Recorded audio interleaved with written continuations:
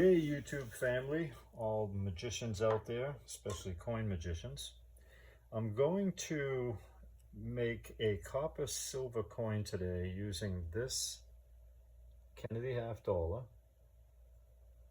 That's a regular clad one, it's not a silver. I'm going to put it into the 5C collet. I ended up cutting out the collet just enough to fit the coin inside. And now I'm going to tighten it up a little bit.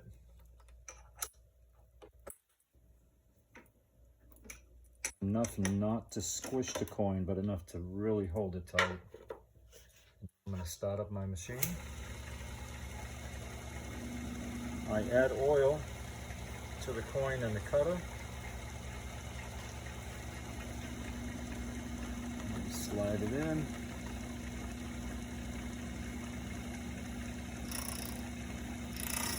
Barely touch it. Now I'm going to go in about maybe 10 thousandths of it. That should be good.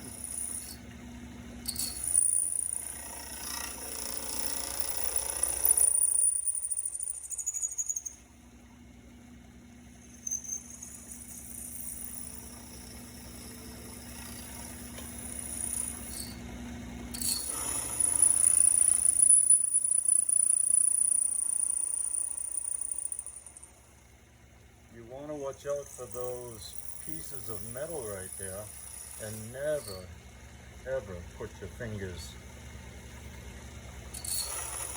next to the coin or the lathe while it's running, because one of those pieces of metal could wrap around your finger and then your finger will be history.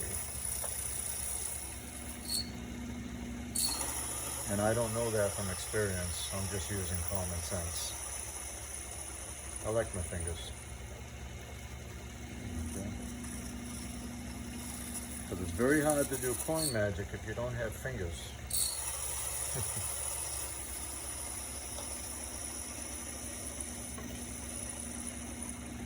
I do use these to just grab that. And even that's probably not the safest, but it's better than putting your fingers in there. The oil is important. It saves your tip and it gives you a clean cut. I use the Magic Tap oil. Really works good. I've been using it for years.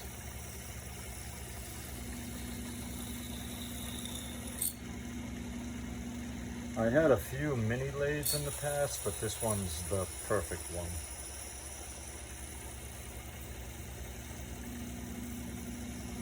Now we're almost to the midline already.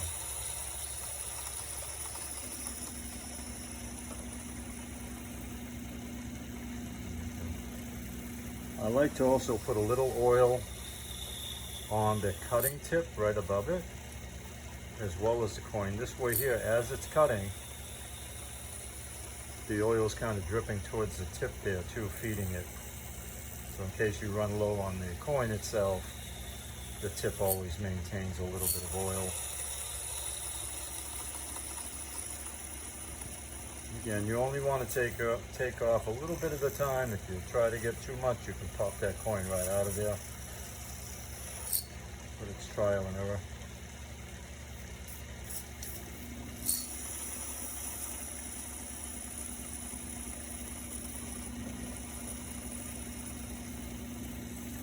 As soon as I come back all the way is the best time to use the tweezers, because now you're clear of the coin with the cutter.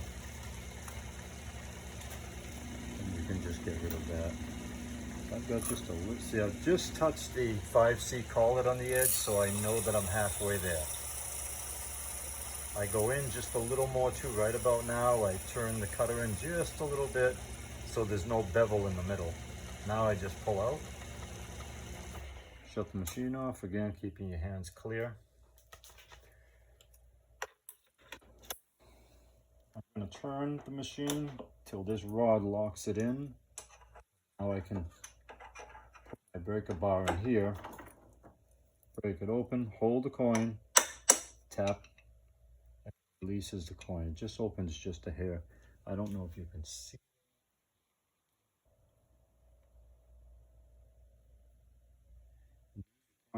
And when you get two coins together like that, two halves, you slide it together. It makes a real nice fit.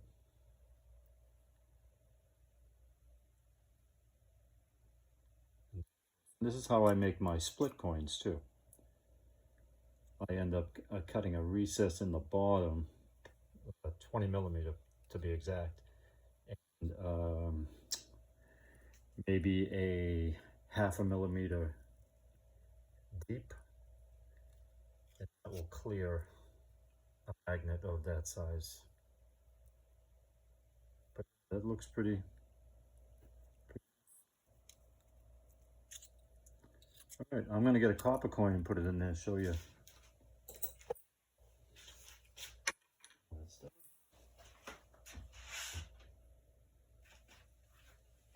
Take an old King George. Let's see. We'll take the back off only because trying to match up copper coins with dates being that old,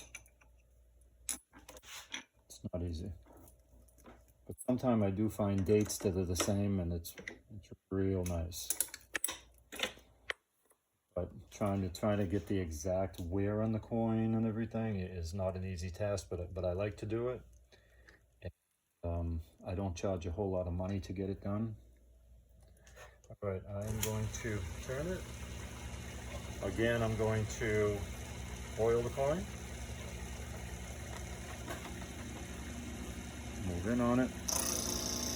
Just barely touch it in the beginning.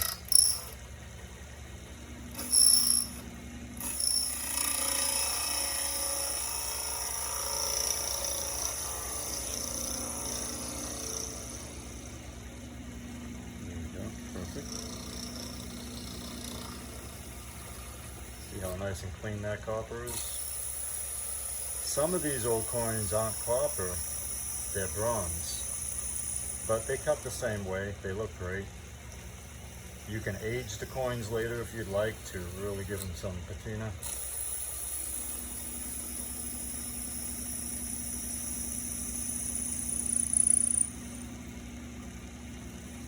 They say that copper gums up on the machine, but I've never had a problem with it.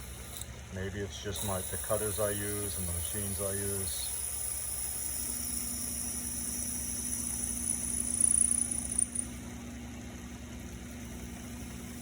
Sometimes you can just get rid of that with a brush. Now copper coins are like maybe a millimeter or a little less than a millimeter wider than the silver coin. So after I bond them together, I just take a file and I very gently go along the edge, and I'm able to clean it up real nice to make it exact size of the silver coin. And if you've ever looked on my eBay page, I've got a lot of sets over there. I'm not trying to use this platform as a selling point. It's just a fact that I have a lot of copper silver coins on there, as well as sun and moon coins. And again, just to look at. I'm not trying to sell you anything. I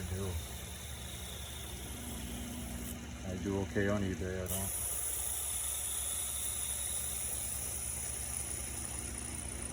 We're almost there. Again, I'm taking about 10 thousandths of an inch off each time.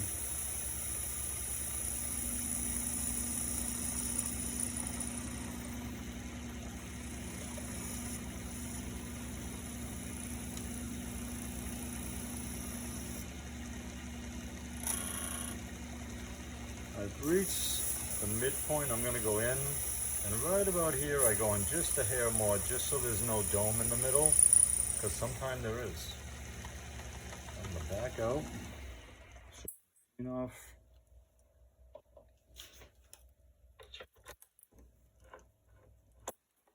Up.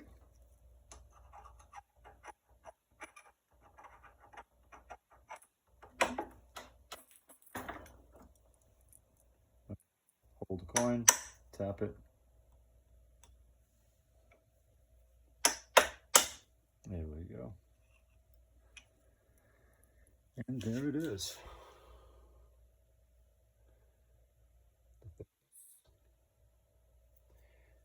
I get the other coin here.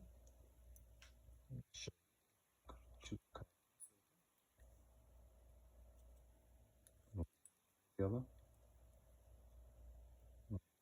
See, but there's a very fine ridge around the edge, and that's just a hair wider than the silver coin. But you can see it's perfect. There's copper, there's silver. And after I bond this together, the edges, and then I supply one of these coins, and of course a matching copper coin. And there you go for now.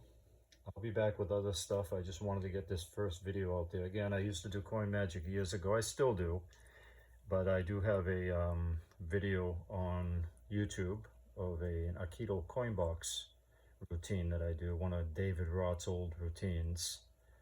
It's awesome, I love it, and I get great reviews of it, so I'm proud of it. But there you go, and I'll be back with more. We'll do some split coins, which are magnetic slippery coins, and maybe some shells. Alrighty, until next time, take care.